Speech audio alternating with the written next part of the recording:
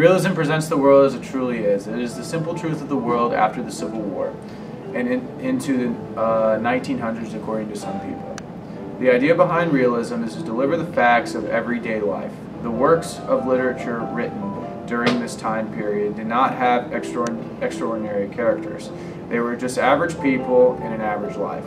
Also, realism focused more on the Midwest, which was the most western region of this time period, because people were fantasizing about manifest destiny.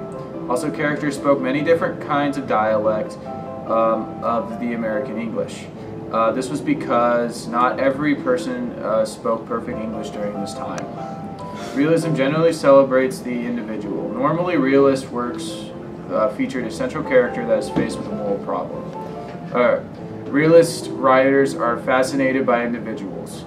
They love the idea that single human beings must learn, grow, and change their worlds, or be held responsible for not doing these things. The last thing is realist works dance around the conflict. Realist works have a protagonist and antagonist, and their conflicts pushes the plot forward and is resolved at the end of the novel. Effects. It opens people's eyes to the world. It bred a new type of philosophers that looked at the world and tried to find its simplest truth.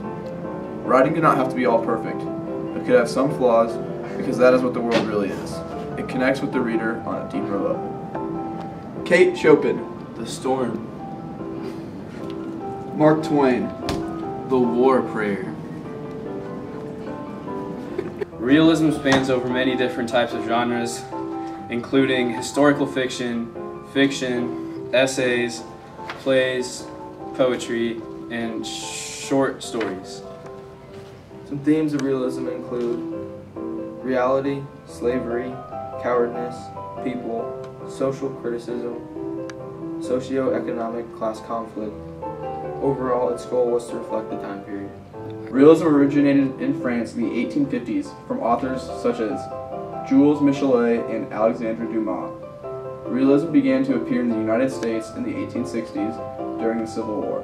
The American realist movement was deeply rooted in the Civil War, as it is one of the movement's goals was to portray the evils of man. Celebrated realist author Mark Twain once wrote, "Often it does seem such a pity that Noah and his party did not miss the boat."